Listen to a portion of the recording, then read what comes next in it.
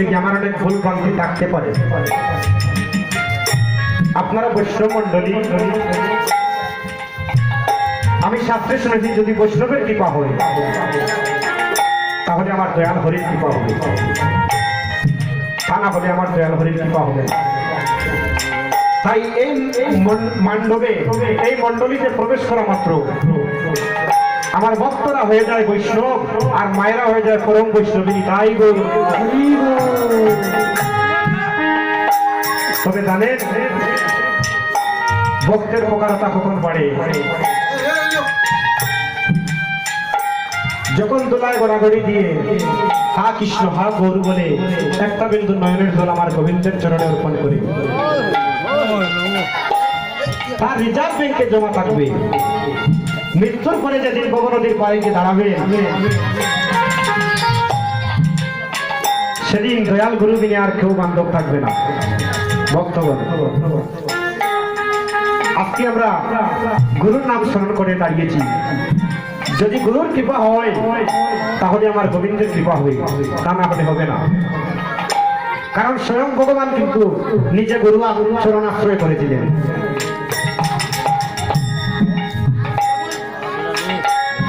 কারণ এই যে গুরু, গুরু শব্দের অর্থটা হলো গুরু অন্ধকার থেকে যিনি জ্ঞানের পথ দেখান, তিনি তো দয়াল গুরু।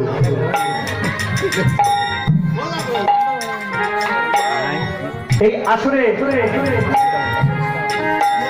আজকে প্রথমে গুরুর নাম স্মরণ করে দাঁড়িয়েছি। আপনারা সবাই দীক্ষা নিয়েছেন? কারা কারা দীক্ষা নিয়েছেন একটু হাত বটকে তুলবেন। বাহ, ভালো লাগলো।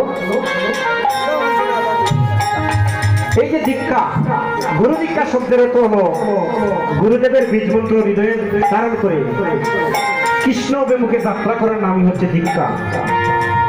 দীক্ষা নিয়ে যদি কোন কলির জীব যদি এক নাগারে যদি 3 দিন গুরুদেবের বীজ মন্ত্র জপ না করে তাহলে দীক্ষা নেওয়া না নেওয়ার সমান। ভক্তগণ, এই যখন গুরু কি বস্তু, নরোত্তম দাস ঠাকুর মহাশয়ের নাম ছিল শিশুকালে নরা। ওনার গুরুদেব ছিলেন লোকনাথ গোস্বামী প্রভুপাদ। নরা গিয়ে বলছে, গুরুদেব, গুরুদেব আপনি আমাকে দীক্ষা দান করেন, আপনি আমাকে বৈরাগ্য দান করেন। আমার এই সংসারের মোহমায়া আর ভালো লাগে না। আমি আপনার চরণে শরণ নিয়ে এই কামনা বাসনার মহৎ হইতে আপনার চরণে শরণ নিয়ে আমি ওই নিত্য দামে ভ্রমণ করিতে চাই। তো আগেরকার যুগে যখন গুরুদেব দীক্ষা দিতেন তখন মনে মনে পরীক্ষা করতেন শিষ্য কেমন। আর এখন তো যারা গুরুদেব আছে, আমার কথায় অপরাধ নেবে না, ধনী মানি দেখে দীক্ষা দেয়, তাই না? তো গুরু হলেন 2 প্রকার।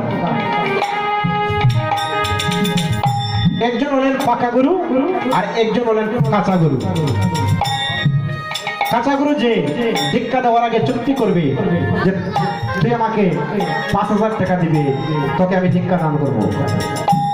আর পাকা গুরু যে সে কি করবে, বলবে তুই আমার সন্তান, আমি তোর পিতা, তুই আমাকে কি দিবে, দিতে যদি চাস তাহলে তোর প্রেম ভক্তি আমার চরণে উজাড় করে দে। তাই গৌর হরি বল।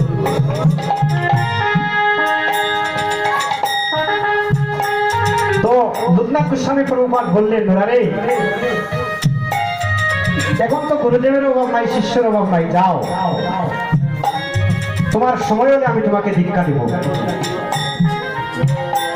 12টি বৎসর নদী থেকে জল ভরে আর গুরুর চরণ দৌত করে। গুরুর চরণ দৌত করতে করতে নরার মস্তকে কীট হয়ে গেছে, পোকা। একদিন নরা কলসি নদীর পাড়ে রেখে চলে যাচ্ছে, বলছে না, যে গুরুদেবের কাছে আমি 12টি বৎসর সাধন ভজন করলাম, গুরুদেব আমাকে কৃপা করলেন না, ওই গুরুদেবের কাছে আমি আর যাব না। তখন শুদ্ধ ভক্তের কলসে, মাটির কলসি কথা বলছে, বলছে হায় রে কলসি, রে কলসি, কলসি আমি মানুষ কুলে জন্ম নিয়া গুরু কি দোল চিনলাম না, আর তুই সামান্য একটা মৃত্যুঙ্গার কলসি হইয়া কলসি হইয়া তুই গুরু কি দোল চিনলে রে কলসি। তখন নরা দৌড় দিয়েছে কলসি ভক্তে করে নিয়ে জল ভরে নিয়ে যখন গুরুর চরণ দৌত করতে যখন প্রণাম করতে লাগিল, মস্তক হইতে একটা কি মাটিতে পড়ে গেল। গুরুদেব বললেন, ধন্য তোমার গজন্যরা, আসো তুমি আজই আসো, তোমাকে আমি আজই দীক্ষা দান করব। দীক্ষা দিয়ে নাম রাখলেন তুমি নরের মধ্যে উত্তম, আর আজ থেকে তোমার নাম হয়ে গেল নরোত্তম। নিতাই গৌর হরি বল। ভক্তগণ, এই আসরে তো অনেক বসে আছেন, কেউ কি ভাত তুলে বলতে পারবেন আমি চিরমর? বলেন না আমি চিরমর। একদিন তো সবাই যার যার ভাবে চলে যাব। এই যে আমি আজ কীর্তন পরিবেশন করছি, আগামীকাল যে এসে কীর্তন করবো সেই জ্ঞানটি আসেনি, সেই গানটি আসেনি। কারণ একদিন তো সবার মরণের ডাক চলে আসবে। আপনি 2 দিন আগে, আমি 2 দিন পরে, তাই তো? মানুষ আমরা মরার রাত সবাই যাব মরে,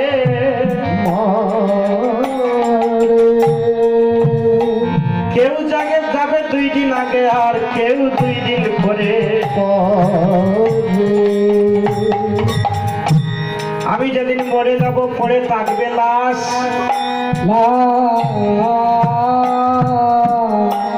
কেউ যাবে হাট বাজারে, কেউ কাটবে জারের বাস। সেদিন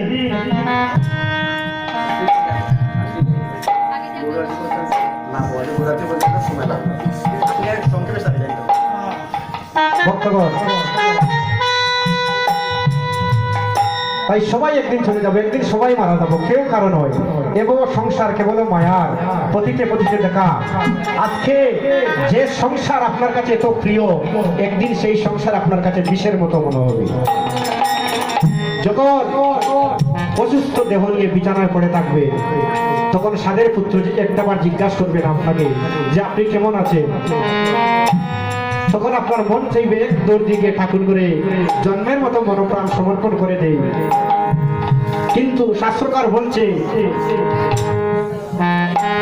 আজকের এই হরিনাম সংকীর্তন কোন ভক্ত যদি একটা বিন্দু নয়নের জল দেয়, তার রিজার্ভ ব্যাংকে জমা থাকবে। মৃত্যুর পরে যেদিন নদীর পাড়ে গিয়ে দাঁড়াবেন, দয়াল গুরুদেব এইভাবে দাঁড়িয়ে থাকবেন, বলবেন আয় আয় তুই ছুটি আয়, তুই একদিন কীর্তনে বসে কেঁদেছিলে, ছুটে আয় রে, তোর জন্য আমি দাঁড়িয়ে আছি, তুই যে একদিন কীর্তনে বসে কেঁদেছিলি।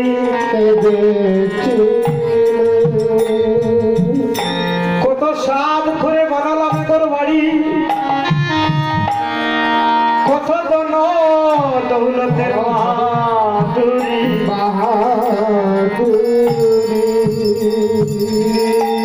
যেদিন আমার দেহ ছেড়ে প্রাণ পাখি চলে যাবে সেদিন স্ত্রী পুত্র সবাই কি করবে? মায়ার জগৎ তো 5 মিনিট আপনাকে ঘরের ভিতরে রাখবে, তারপর সঙ্গে সঙ্গে নিয়ে যাবে তুলসীর কোলে, উত্তর শিহরি করে রাখবে। সেদিন বোন কাঁদবে ভাই ভাই বলে, স্ত্রী কাঁদবে স্বামী স্বামী বলে, সাদের পুত্র পিতা পিতা বলে কাঁদবে। কিন্তু পিতা তো একদিনও নয়ন খুলে দেখবে না তার সন্তান তার জন্য যে কাঁদছে। তাই সেদিন আমার গোবিন্দ বিনে ওভাবে কেউ থাকবে না। সেদিন গোবিন্দ বিনে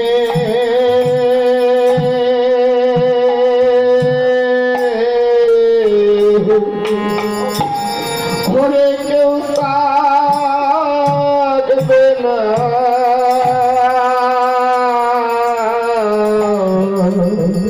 ও সেদিন গোবিন্দ বিনে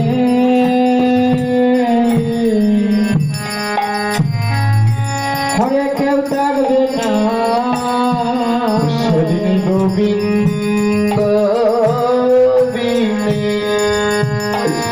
হরি কেউ থাকবে না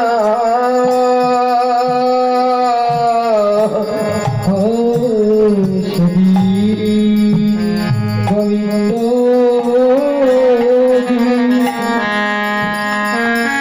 হরে কেউ থাকবে না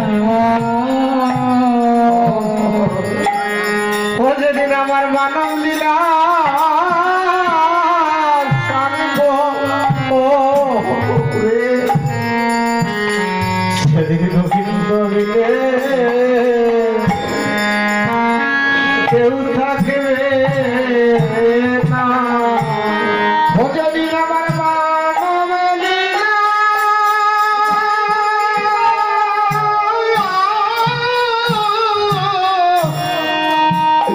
সঙ্গ হবে, সেদিন গোবিন্দ বিনে কেউ থাকবে না। ও যেদিন আমার গোনা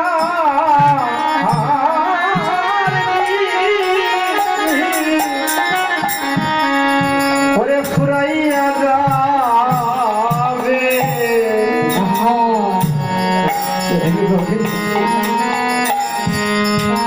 কেউ থাকবে না। ও যেদিন গনার দিন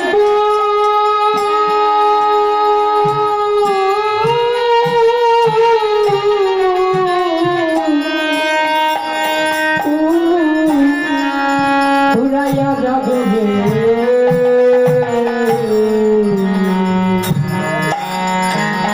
ও সেদিন গোবিন্দ বিনে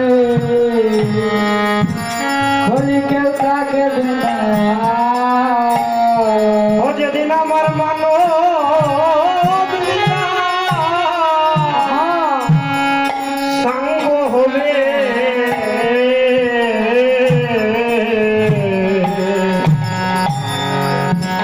সেদিন গোবিন্দ বিনে কেউ থাকবে না। ওরে যেদিন আমার মানব লীলা হরে সঙ্গ হবে,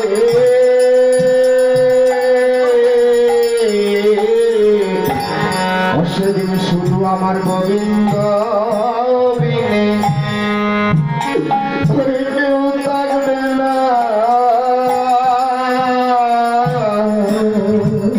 ও ভাইয়ে তোমার টাকা পয়সা আহা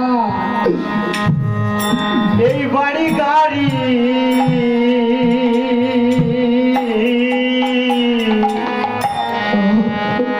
একদিন থাকবে না রে তোমার দেহের বাহাদুরি। আমাদের টাকা পয়সা ওই দালান বাড়ি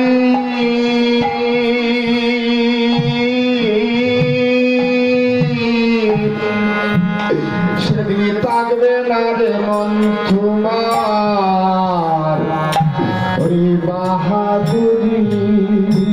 ও ভাইয়ে তোমার টাকা পয়সা এই বাড়ি গাড়ি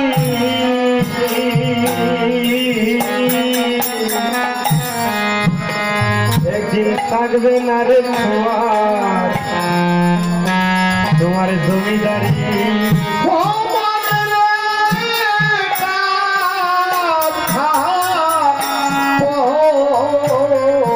পয়সা টাকা পয়সা ওই দালান বাড়ি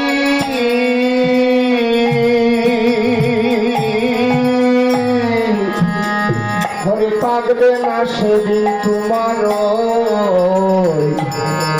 বাহাদুরি। সেদিন তোমার সঙ্গের সাথী কেউ তো হবে না। ও মনে রে তোমার সঙ্গের সাথী কেউ তো হবে না। সেদিন তোমার সঙ্গে সাথী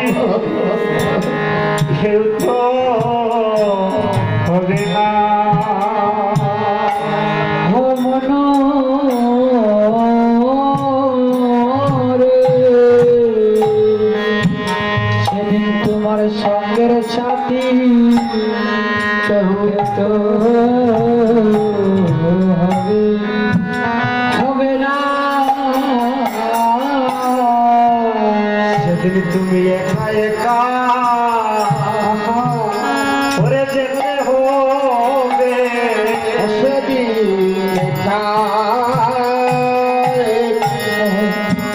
ঘুরে যেতে হবে। সেদিন তোমার একা একা করে যেতে হবে। সেদিন একা একা হব যেতে হবে। ও যেদিন তোমার গোনার ফুরাইয়া যাবে,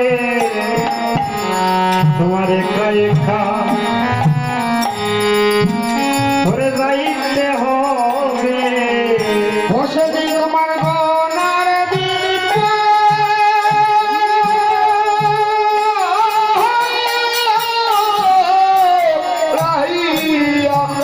যাবে। সেদিন ঘরে যেতে হবে। ওরে ভাই বলো আর বন্ধু বলো, কেউ হবে না তোমার একদিন আপন তো।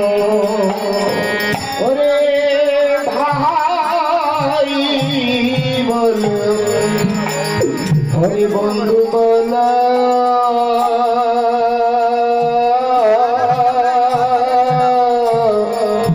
একজন কেউ হবে না তোমার আপন।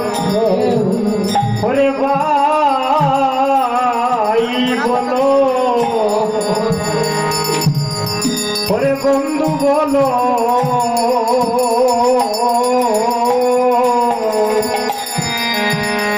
ওরে কেউ হবে না তোমার আপন তো।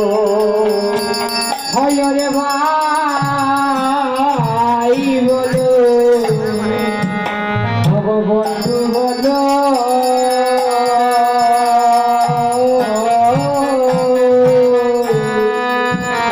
আর কেউ হবে না তোমার আপন। সেদিন তোমার সঙ্গের সাথী কেউ তো হবে হবে না রে।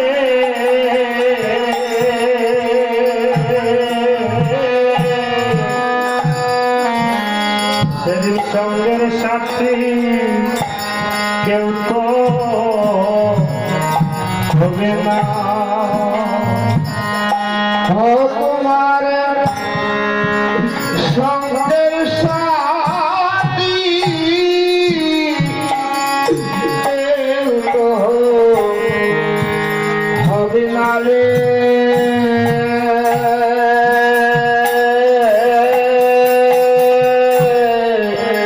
তোমার সঙ্গের সাথী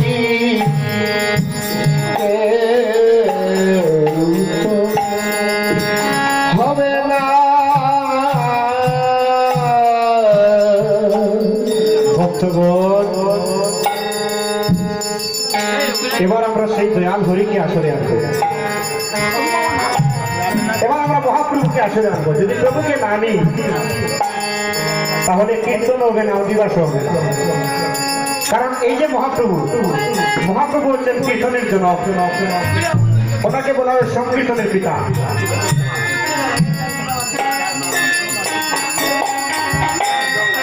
তাই আমরা সবাই মিলে এবার মহাপ্রভুকে আহ্বান করব। তাহলে আমার ডাকে কি মহাপ্রভু আসবে? আসবে না।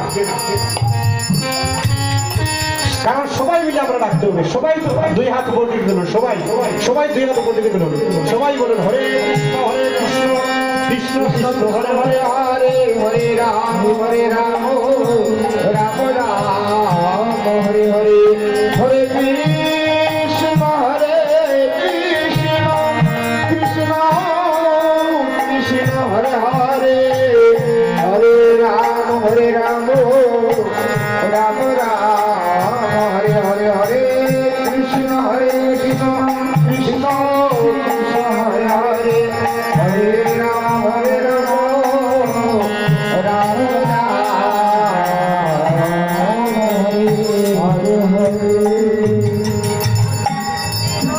হরে সনদিয়া বিনোদ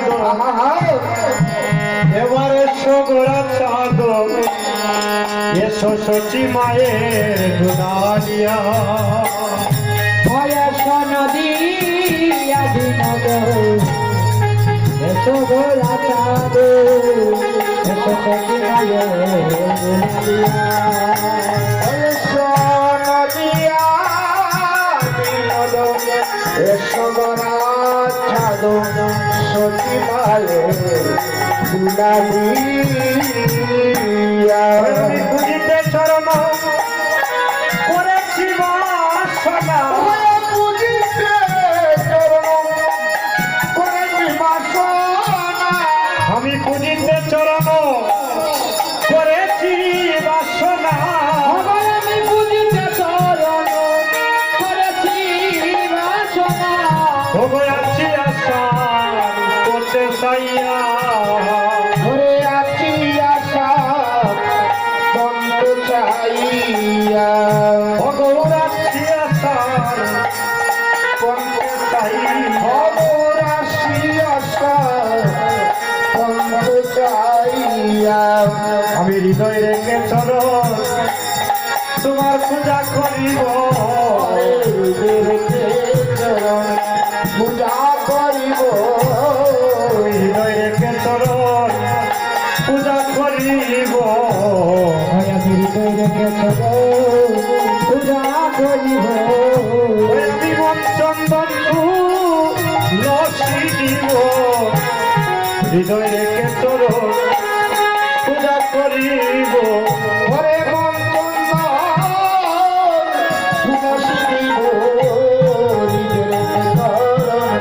পূজা করিব তোমরা এসো দুটি ভাই গৌরী তাই এসো নিজ বলি নিজ রাজে অথরা এসো দুটি ভাই এসো গৌরণিতাই দিগরানি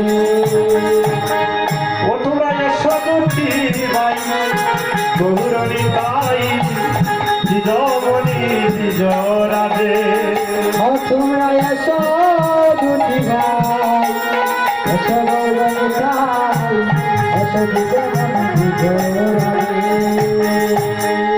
এসরি বাগানে বনমালী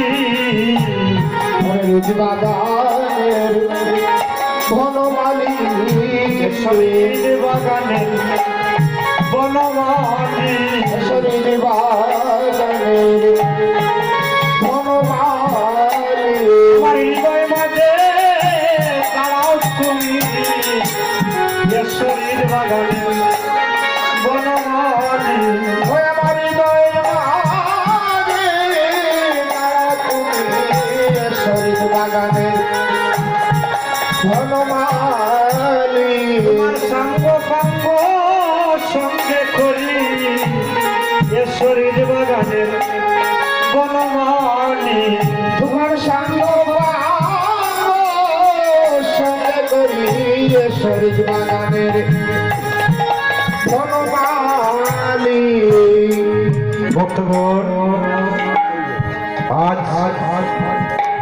আমি ছোট চক্রবর্তী আউলিয়া দুলিয়া সবাইকে নিয়ে আজ আমার মহাপ্রভু কি করছে এই শুভ অধিবাসে প্রদান করেছেন নিতাই গৌর। আর বৈষ্ণব পদকবি বলছে আসিলা গৌরাঙ্গ নিয়ে সঙ্গ পাঙ্গ আইলা ভোজের খেলা সঙ্গে লইয়া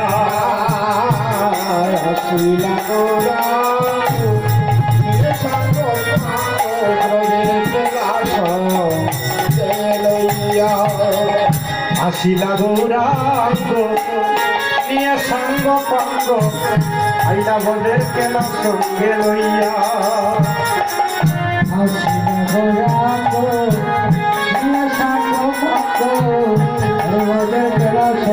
লইয়া ওরে নদীয়ার নাগরী সবাই করে উলুর দনি সবাই করে ওরে নদীয়ার নাগরী করে উলুর দনি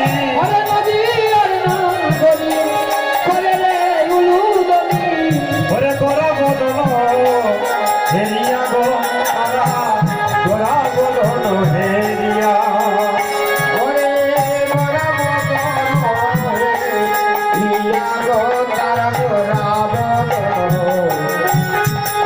ইয়া বলিয়া জানন্দে দরে না রে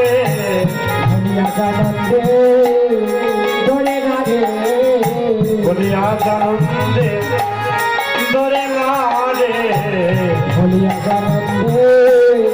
দরে না রে ওরে দিবাশয় কোন মাঝে বলিয়া জানন্দে দরে না রে ওরে শ্রীবাস আজাম ওরে জানন্দে দরে না রে বলিয়া জানন্দে দরে না রে দিবাশয় কোন মাঝে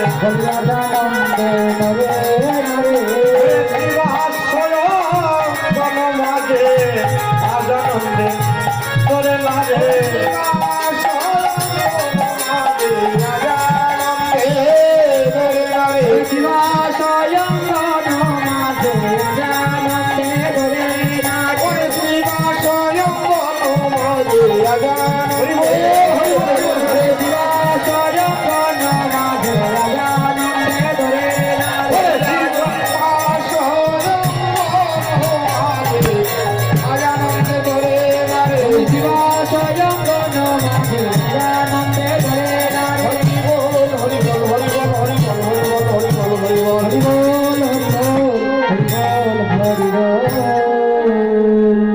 ভক্তগণ,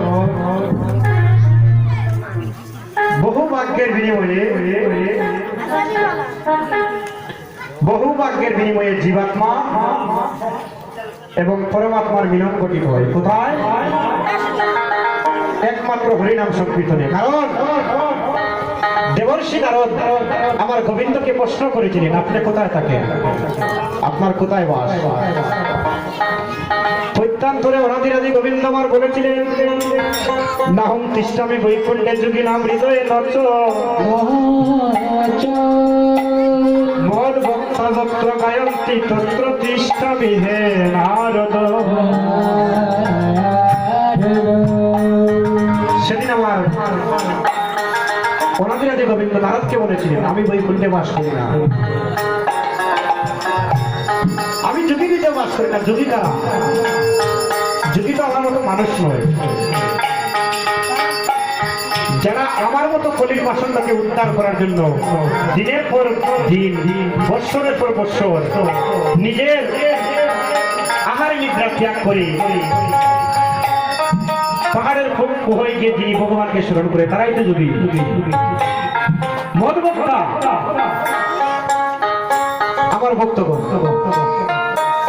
যেখানে আমার ভক্তগণ হরিনাম সংকীর্তন করে সেখানে আমি চলে যাই। ভক্তগণ,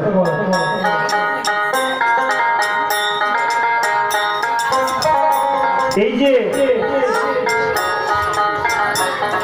সাধু সঙ্গ ভক্ত সঙ্গ করতে আপনারা এসেছে এত রাত্রে। এই সাধু সঙ্গের ফলে দেখবেন একদিন আপনার জীবনে কি আসে। কারণ আমি কি করছি, আপনি কি করছেন, সমস্ত জীবনের কর্ম কিন্তু রেকর্ড হয়ে করে নিয়ে যাচ্ছেন একজন। তিনি কে? ভগবানের ভিডিও ম্যান, যার নাম হচ্ছে চিত্রগুপ্ত। চিত্র তার ছবি গোপনে গোপনে যিনি ছবি করেন তিনি হচ্ছেন ভগবানের ভিডিও ম্যান। ভগবান কি আমাদের এই যে হাত দিয়েছেন, পা দিয়েছেন, এত সুন্দর বদন দিয়েছেন শুধু কি আকতা কুকতা বলার জন্য? বদন দিয়েছেন কৃষ্ণ গান গুণগান করার জন্য। হস্ত দিয়েছেন হস্তপদ দিয়ে তাকে সেবা দেওয়ার জন্য। কর্ণ দিয়েছেন ভগবানের নাম গুণগান কীর্তন শ্রবণ করার জন্য। পদ দিয়েছেন ভগবানের নাম গুণগান কীর্তনে হেঁটে হেঁটে যাওয়ার জন্য।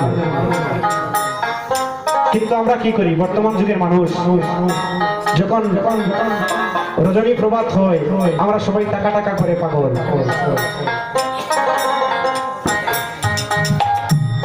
কারণ কোথায় কথা বেড়ে যায়। কলকাতার একজন শিক্ষক ছিলেন যার নাম ছিল বিধান বাবু। হয়তো আপনারা কথাটি আরো শুনেছেন। তিনি অনেক টাকা পয়সার গাড়ি বাড়ির মালিক। আস্তে আস্তে কথা বলবেন না, কোন কোন শব্দ শোনা যায়।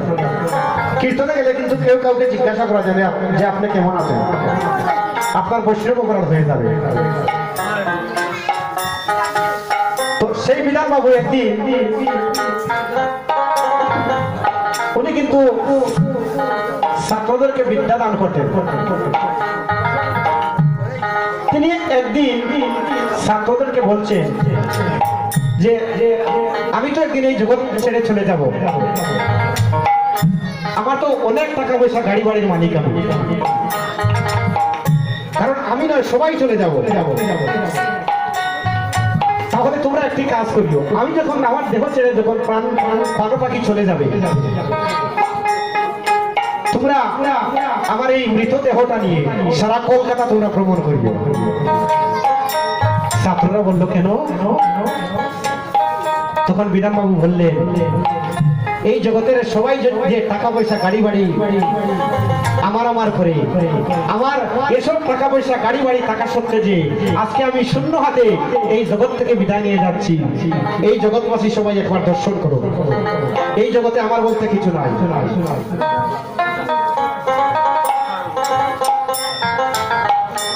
কারণ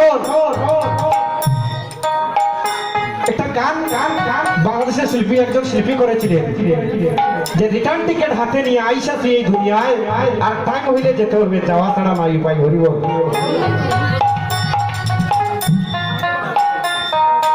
কিন্তু আমাদের মধ্যে এখন বর্তমান যুগের মানুষ আমরা কৃষ্ণ কথা শ্রবণ করি না।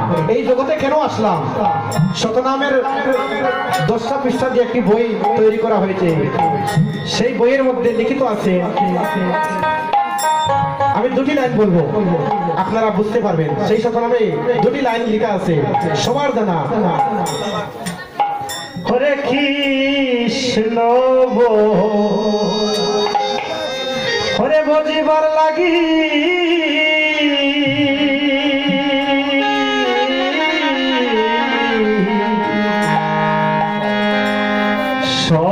সংসারে আসিলু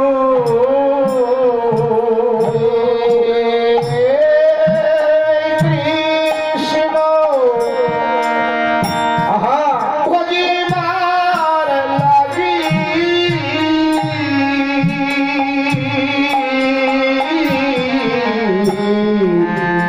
সংসারে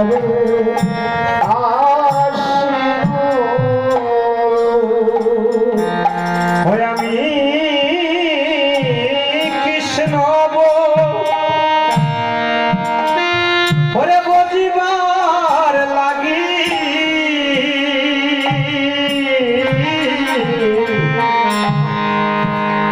কেবল সংসারে শিলু হয় আমি কৃষ্ণ বজিবার লাগি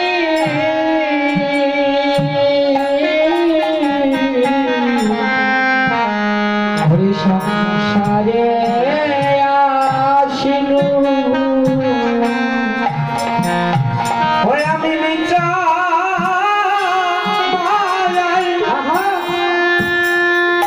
ওরে বদ্ধ হইয়া